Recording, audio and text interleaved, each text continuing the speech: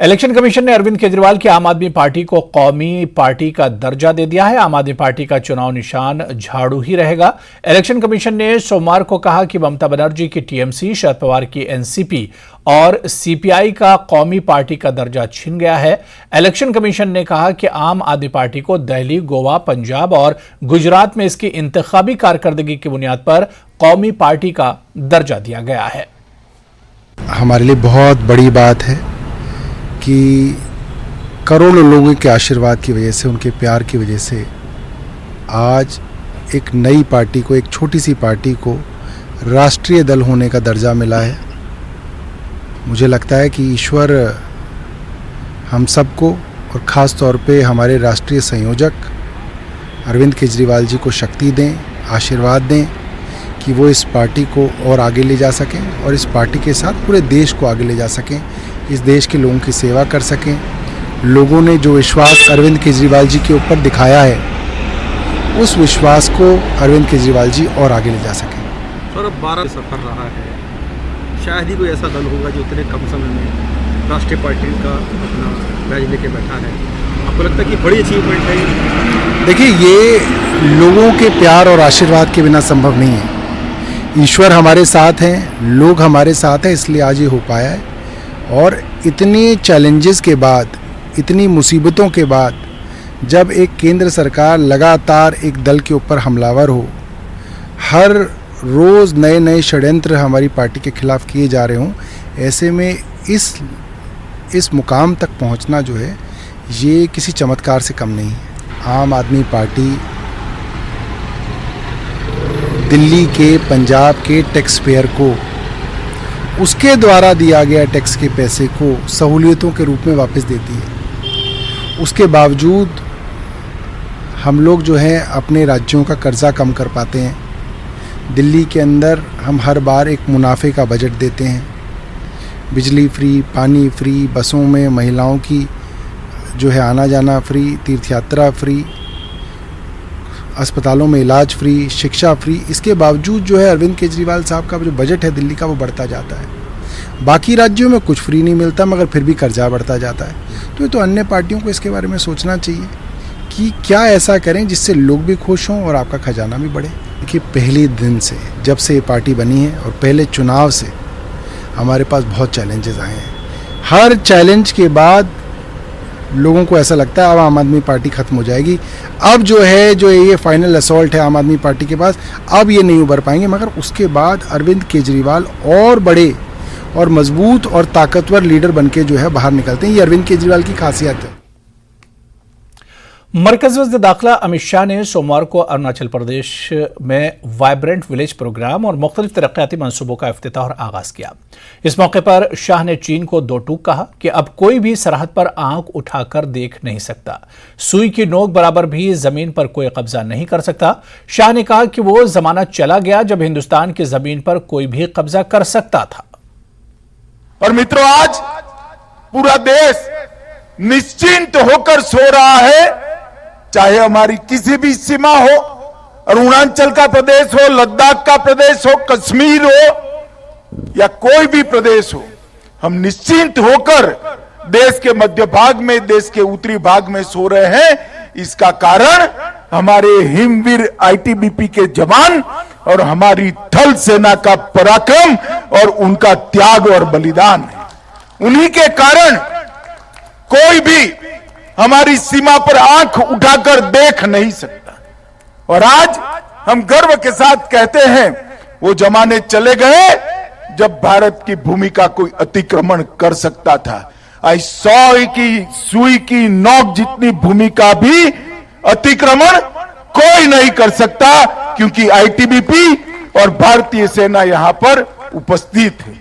यहां पर 13,000 फुट की ऊंचाई पर कठिनाई के साथ अपने युवानी को बिताते हुए, अपने परिवार से दूर, बूढ़े माँ बाप और छोटे बच्चों के से दूर रहकर देश की सेवा कर रहे वो सभी जवानों के त्याग, बलिदान, शौर्य और उत्साह को और देशभक्ति को मैं दो हाथ जोड़कर प्रणाम कर मेरी बात की शुरुआत करना चाहता हूं।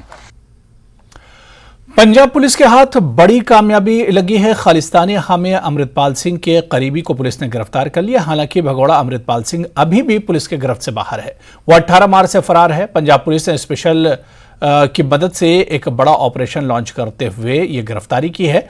पुलिस ने होशियारपुर से गिरफ्तारी की है। गिरफ्तारी से अमृतपाल सिंह की गिरफ्तारी की उम्मीद पैदा हो गई है। अमृतपाल को गिरफ्तार करने के लिए जांच एजेंसियों और पुलिस लगातार ऑपरेशन चला रहे हैं। अमृतपाल सिंह की तलाश के लिए पुलिस अफसरान की छुट्टियां भी मनसूख कर दी गई हैं। पुलिस ने और खास करके अमृतसर रूरल पुलिस ने कत्थू नंगल के एरिए तो गिरफ्तार किया है। ਇਹਦੇ ਵਿੱਚ ਕਾਫੀ ਦੇਰ ਤੋਂ ਬਹੁਤ ਸਾਰੇ ਵਾਈਟਲ ਕਲੂ ਸੀਗੇ ਜਿਨ੍ਹਾਂ ਦੇ ਉੱਤੇ ਕੰਮ ਹੋ ਰਿਹਾ ਸੀਗਾ ਔਰ ਬਹੁਤ ਸ਼ਲਾਘਾ ਦਾ ਕੰਮ ਕੀਤਾ ਅੰਮ੍ਰਿਤਸਰ ਰੂਰਲ ਪੁਲਿਸ ਨੇ ਮਾਨਯੋਗ ਡੀਜੀਪੀ ਸਾਹਿਬ ਦੀਆਂ ਹਦਾਇਤਾਂ ਤੇ ਔਰ ਉਹਨਾਂ ਦੀ ਗਾਈਡੈਂਸ ਦੇ ਹੇਠ ਪਪਲਪ੍ਰੀਤ ਸਿੰਘ ਨੂੰ ਡਿਟੇਨ ਕੀਤਾ ਗਿਆ ਐਨਐਸਏ ਦੇ ਵਿੱਚ ਗ੍ਰਿਫਤਾਰੀ ਜਿਹੜੀ ਪਏਗੀ ਐਨਐਸਏ ਦੇ ਤਹਿਤ ਉਹ ਗ੍ਰਿਫਤਾਰੀ ਪਏਗੀ। ਇਸ ਤੋਂ ਇਲਾਵਾ ਇਹ 6 ਹੋਰ ਕੇਸਿਸ ਦੇ ਵਿੱਚ ਵਾਂਟਡ ਆ ਔਰ फरदर ये जो भी डिवेलपमेंट होर होएगी वो बारे तुहानूं टाइम टू टाइम जी जानकारी दी जाएगी।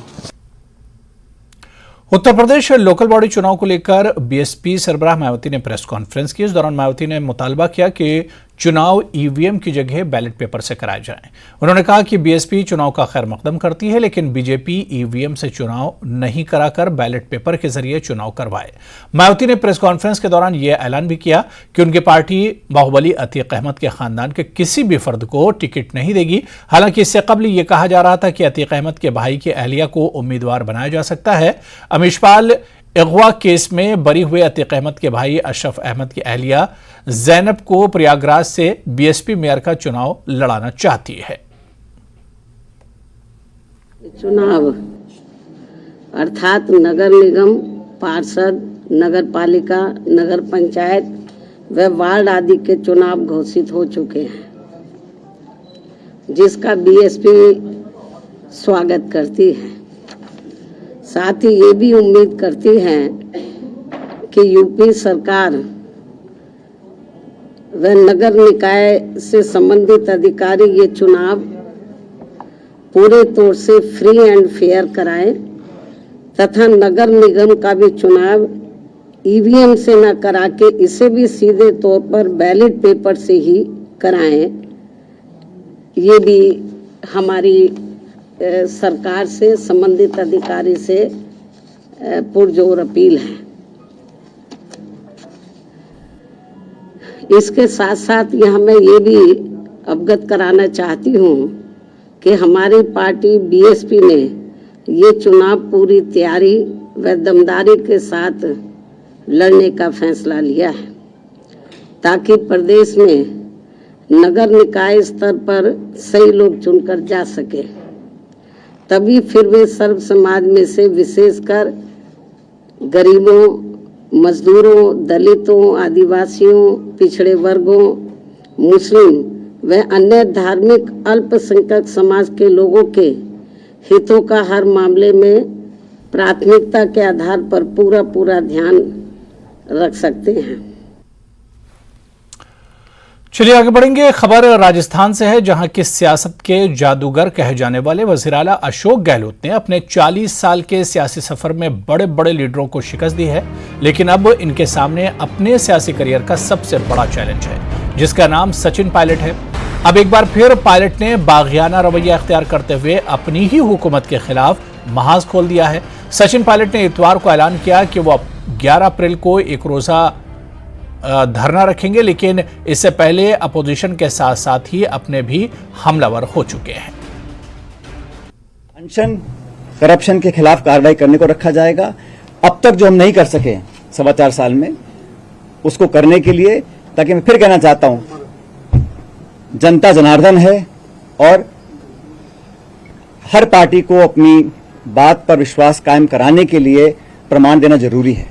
तो इसलिए अपनी बात को लेकर मैं शहीद स्मारक पर 11 अप्रैल को ज्योतिबा फूले जी की जयंती है, उस दिन एक दिन का अनशन रखूंगा। जब वो एक हाथ दीवार बनाते हैं पानी को रोकने के लिए, कोई आदमी गलत स्टेटमेंट देके 2 हाथ गिरा देता, तो उसका मतलब क्या होता? जब कांग्रेस का आम कार्यकर्ता को सोचने की बात है कि ऐसे लोगों का साथ नहीं दें ताकि कांग्रेस जीत के आए। जीतेगी, हम सब आगे बढ़ पाएंगे।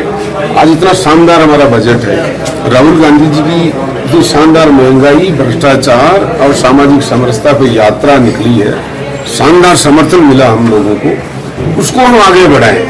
वो काम करेंगे तो हम चुनाव जीत पाएंगे आसानी से। इसी समझ में मैंने पहले कहा। मरकजी वजीर बराह road and transport Nitin Gadkari ने जम्मू कश्मीर के एलजी मनोज सिन्हा और पीसीसी मेंबरान के हमरा एशिया की सबसे तवील दो तरफा सुरंग जोजिला टनल पर जारी काम का जायजा लिया। गडकरी ने एलजी के साथ टनल में सवारी लेकर पॉइंट फाइनल तक का काम का तफसीली जायजा लिया। इस मौके पर गडकरी ने कहा कि टनल बनने से जम्मू कश्मीर के लोग काफ़ी सहूलत फराहम होगी। ये टनल जम्मू कश्मीर के शुमाली और जनूबी हिस्से की कनेक्टिविटी बहाल करेगी। गडकरी ने कहा कि जम्मू कश्मीर में 1 लाख करोड़ मालियत के प्रोजेक्ट्स पर काम जारी है। गडकरी ने श्रीनगर में प्रेस कॉन्फ्रेंस करते हुए कहा कि उनकी वजारत के जरिए जम्मू कश्मीर में 1,25,000 करोड़ रुपए के तरक्याती काम किए जा रहे हैं। जम्मू कश्मीर में 2014 में प्रधानमंत्री मोदी जी के नेतृत्व में हमारी जब सरकार आई तो विशेष रूप से जम्मू कश्मीर में इंफ्रास्ट्रक्चर, रोड इंफ्रास्ट्रक्चर का विकास करने की योजना हमने तैयार की। उसके अनुरूप तब से लेकर हम लोग करीब 1,25,000 करोड़ के प्रोजेक्ट जम्मू कश्मीर में कर रहे हैं और 2014 से 2023 तक करीब 500 किलोमीटर के सड़क का निर्माण इसमें पूरा करेंगे। जम्मू कश्मीर में करीब 45,000 करोड़ की लागत से 133 किलोमीटर लंबाई की 41 महत्वपूर्ण टनलों का निर्माण कराया जा रहा है और इसमें लगभग सभी जगह पर काम शुरू है। जो हमारी टनल है विशेष रूप से जो महत्वपूर्ण है और मैं ये मानता हूँ कि ये स्टेट ऑफ आर्ट टनल है जिसको देखने का आज हमें सौभाग्य मिला। हमारी पार्लियामेंट के संसदीय समिति के 13 मेंबर ऑफ पार्लियामेंट भी आज उसमें आए थे और हमने झेड़मोर और झोजिला दोनों टनल का निरीक्षण किया है। ये जम्मू कश्मीर में 14 से 2023 तक हम 14 टनल निर्माण कर रहे हैं जिसमें जम्मू कश्मीर में 35,000 करोड़ की लागत से 27 टनल का निर्माण हो रहा है। जोजिला टनल में एक बहुत बड़ी बात है कि इसका करीब 3 बार टेंडर हुआ। चौथी बार इसकी एस्टिमेट कॉस्ट आई 12,000 करोड़ और हमने इसमें काफ़ी मेहनत की, अधिकारियों ने भी की। एसोसिएशन करके दिल्ली में एक कमर्शियल ऑर्गेनाइजेशन बिजनेस उनके साथ हमने वर्कशॉप किए, रिसर्च किया और इस टनल पर हमने 5,000 करोड़ रुपए की बचत की। ये टनल 13.14 किलोमीटर है, आशिया की सबसे लॉन्गेस्ट टनल है। माननीय उपराज्यपाल जी ने, मनोज सिन्हा जी ने अमरनाथ के मार्ग की घोषणा की थी और बाबा अमरनाथ के दर्शन के लिए बहुत महत्वपूर्ण है, तो उन्हीं के प्रस्ताव पर हमने स्वीकृति दे दी है और आज मैं 5,300 करोड़ की लागत से 110 किलोमीटर 4 लेन 2 लेन प्योर शोल्डर मार्ग निर्माण करने की घोषणा करता हूं। ये बहुत इंपॉर्टेंट है। मैं ये मानता हूं कि ये जो पूरा काम हम कर रहे हैं ये जब पूरा होगा तो जम्मू कश्मीर में आने वाला टूरिस्ट 3 से 4 गुना बढ़ेगा। और आज मैंने गवर्नर साहब को कहा कि हिंदुस्तान से या दुनिया के लोग स्विट्जरलैंड जाते हैं, हमारा कश्मीर स्विट्जरलैंड से भी अच्छा है, जन्नत है। तो यहाँ मैंने उनको कहा कि एडवेंचर स्पोर्ट्स, अच्छे रिसॉर्ट्स, बर्फ पर खेले हुए जाने वाले खेल, रोपवे, तो मैंने आज उनको कहा, उन्होंने आज 13.5 किलोमीटर 13.5 एकड़ जगह आइडेंटिफाई करके हमें दी। हम बहुत जगह पर रोड साइड एम्यूनिटीज़ बना रहे हैं और मोदी जी के नेतृत्व में इसको और अच्छी तरह डेवलप करने की कोशिश भी हम कर रहे हैं। नई इंडस्ट्री आ रही है, रिसॉर्ट्स आ रहे हैं, यहाँ स्थानिक लोगों को काफ़ी इसमें रोजगार मिलेंगे और ये प्रदेश को अच्छा होगा। हम रोड इंफ्रास्ट्रक्चर में आने वाले करीब 3-4 साल में जम्मू कश्मीर के रोड नेटवर्क को अमेरिका के बराबर बनाएंगे। इतना अच्छा रोड नेटवर्क कराएंगे, इस मिशन को लेकर हम काम कर रहे हैं। जम्मू कश्मीर के सरकार का हमको बहुत सहयोग मिला, यहाँ की जनता का भी सहयोग मिला। फॉरेस्ट, एनवायरनमेंट, बाकी जियोलॉजिकल प्रॉब्लम आती है और एक अच्छी तरह से हुआ। और आज हमारे मेंबर ऑफ पार्लियामेंट की कमेटी आकर उन्होंने भी दोनों टनल का निरीक्षण किया। ब्रेक को आगे बढ़ेंगे। बिहार के नायब वजीर आला तेजस्वी यादव से मंगल को ईडी पूछताछ करेगी। नौकरी के बदले जमीन मामले में पहली बार ईडी की टीम तेजस्वी यादव से पूछताछ करेगी।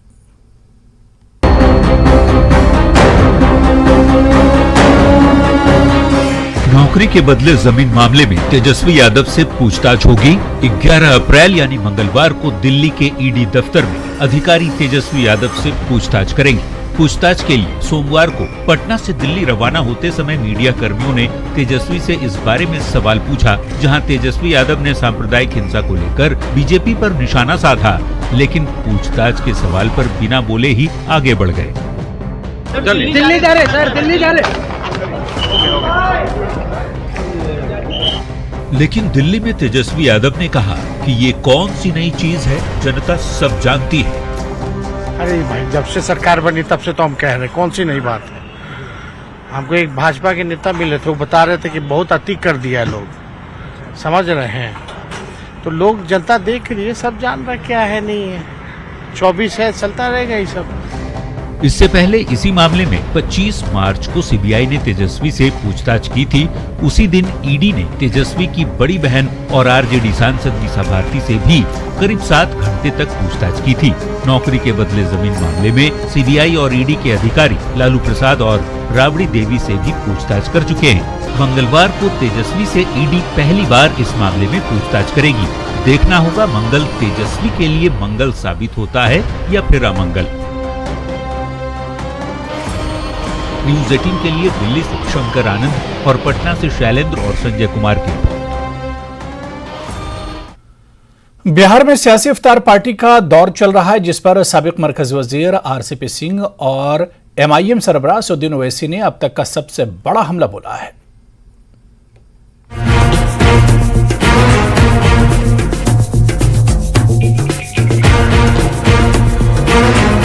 सांप्रदायिक हिंसा की आग बुझी और बिहार में सियासी इफ्तार का दौर शुरू हो गया।